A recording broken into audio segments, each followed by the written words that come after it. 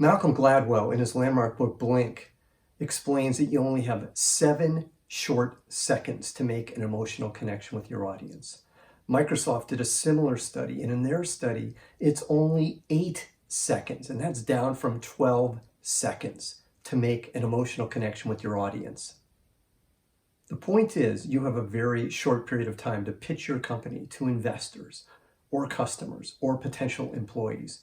And I'm going to show you how in 5 simple steps, using Airbnb's pitch deck as an example, how you can create a killer elevator pitch.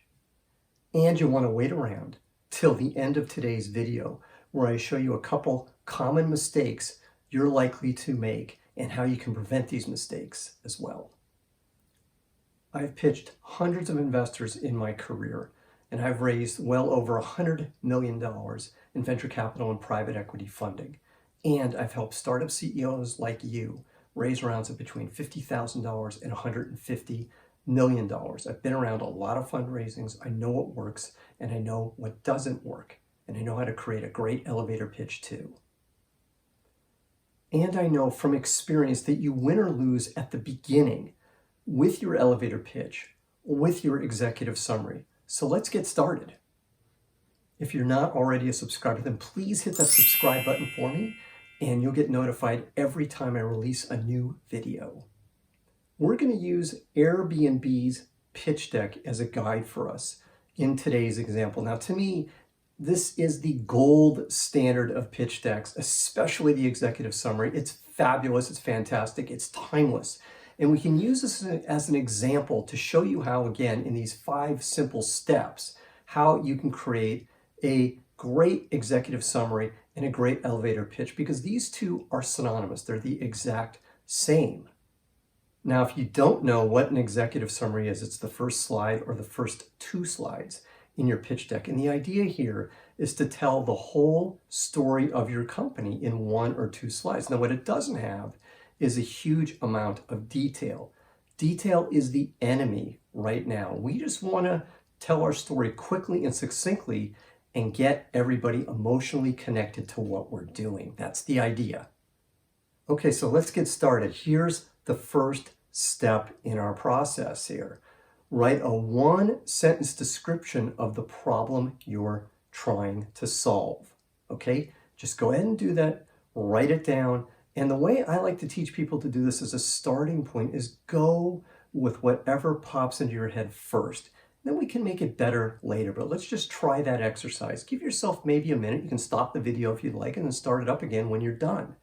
Now let's take a look here at Airbnb's example, because to me, this is gold standard stuff here. Look at it. It is a thing of beauty.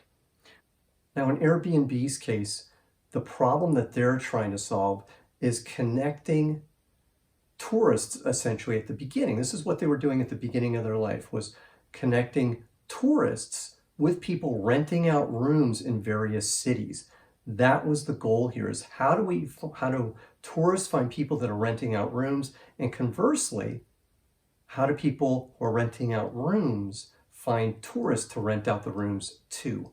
That was the essential problem that they were solving here. That's step 1 for them, was that. And that's what they explain, as you can see here, very succinctly and very nicely. And I'll show you that when I show you the solution slide in a minute, because they use this 2-step problem solution format. They lay out the problem first, then they tell you the solution second. That's the way that they did it. I love that format, by the way, because it's nice and easy. It explains the pain first, and then explains how we're going to ease the pain. Now, if today's content is resonating with you and you really like it, then hit that like button below, please. That would really be great. Thanks a lot. Okay, so here's step 2 in our process. Write up the limitations with the way this problem is being solved today, using at most 3 steps. Okay, 3 steps, that's it, just 3 steps. If you go beyond 3, you kind of dilute yourself, so really keep the 3 at maximum. Again, the same rule here. Go with whatever comes into your head first as a starting point, okay? Just do that as a starting point. Let's always make it better later, but let's use that as a starting point. And you can see here, let me show you, here's how Airbnb did it, okay? Let's take a look. Okay, so here's what they're saying. Price is an issue for their customers renting out rooms. They're very price sensitive. Second issue, hotels leave you disconnected from the city. It's the second problem. The third one is, how do you connect the buyers and the sellers? Those are the three issues. Those are the three key pain points that they're trying to solve. What are yours? That's what you want to write out here. Just do it in simple bullet point fashion.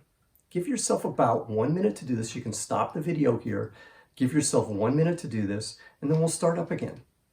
Okay, let's go on to step number 3 in our process.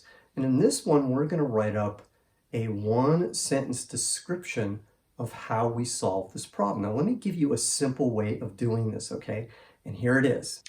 This is a we help X achieve Y by doing Z statement. That's the simple way to do this. All you need to do is we help X achieve Y by doing Z. That's it. Now let's take a look at how Airbnb did this, because it's pretty cool. It's so simple and elegant. This is a perfect guide for you. Now you can see here that they have their statement, okay, which is step 3 here. A web platform where users can rent out their space to host travelers to, and then they give you their 3 bullets, and we're going to get to that in step number 4 here in just a second. That's it. That's your XYZ statement, something like that. That's what you want to do. Give yourself, again, about a minute to do this. Stop the video. Okay, go ahead and stop it, and pick it up when you're ready. Okay, well, since I've already shown you this slide, the Airbnb slide already, you kind of got an idea what step 4 is going to be, but let's go through it again. Let's write up how we solve the problems laid out in slide number 2, or step number 2, excuse me, in step number 2. We want to solve these problems. Here's how we solve the problems. 1, 2, 3. Now you've connected everything together. Super simple, super easy. Give yourself, again, about 1 minute to do this, and then pick up the video again. But let me show you how Airbnb does this. You've already seen it, but let me show you again how Airbnb did it, because it's pretty cool to me. It's super, super elegant. So here's how Airbnb did it. Let's take a look. You save money when you're traveling, you make money when you're hosting, and you share the culture. 1, 2, 3. Each of the problems that they laid out in the second piece, they solve in the fourth piece. So those are the 4 steps. Now you've got your executive summary slides. All you need to do, if you think about this, the first 2 steps, that's slide 1, that's your problem slide. The second 2 steps, step 3 and step 4, that's the solution slide. Now you have an executive summary already laid out for your pitch deck. And now we're going to convert it into an elevator pitch. By the way, congratulations. You're done. You have now created an executive summary for your pitch. It's the first one. It will get better if you follow these steps. Again, give yourself about a minute or so. Stop the video right here. Turn it back on when you're ready to go. But congratulations, you've done it. Now let's talk about the elevator pitch. That's going to be step number 5 in our process. Okay, so now let's translate this into an elevator pitch. And I'm going to put back up the problem slide and the solution slide as a reference as I'm going through this. I'm going to talk as if I'm Airbnb's CEO, okay? So we're going to do that. I'm going to walk you through this. I'm not sure how long this is going to take, but it'll be pretty quick and pretty to the point. And this is how you can translate these 2 slides into an elevator pitch, is this exact same way that I'm going to do it here. So let's get started on this. Let's take a look at how it sounds. So hi, I'm Brett. I'm the CEO of Airbnb.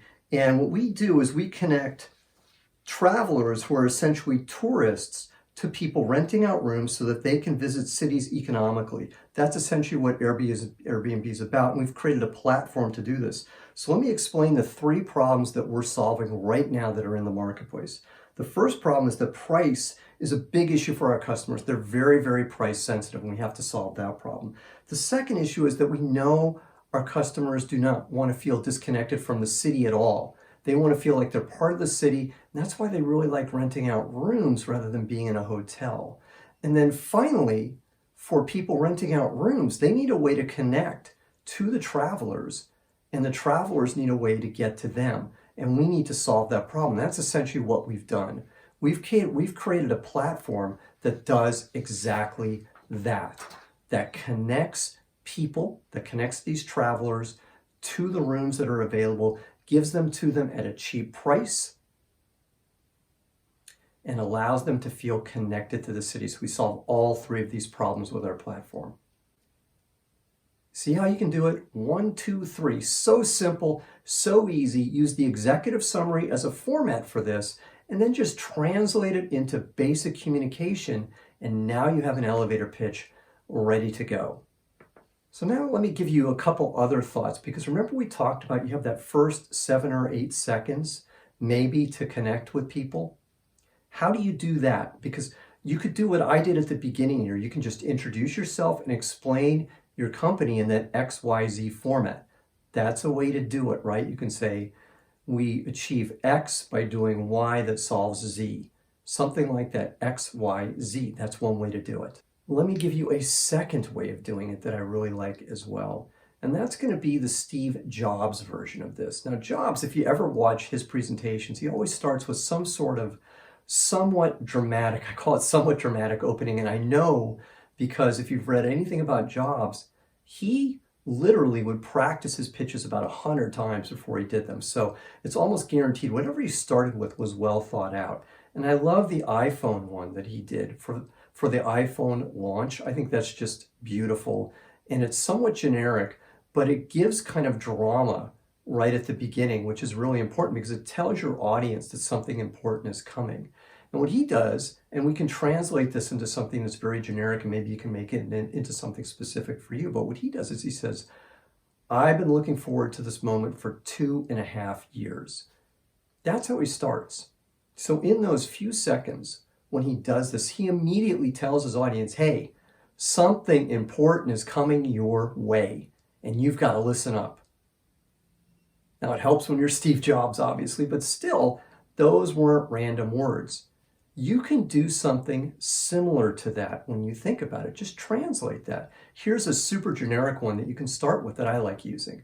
I'm super excited to be here today to tell you about my company. That's simple and easy, but it tells people you're excited, hey, they should listen, something like that. Jobs is brilliant in the way he did it. You can use that as a translation for you.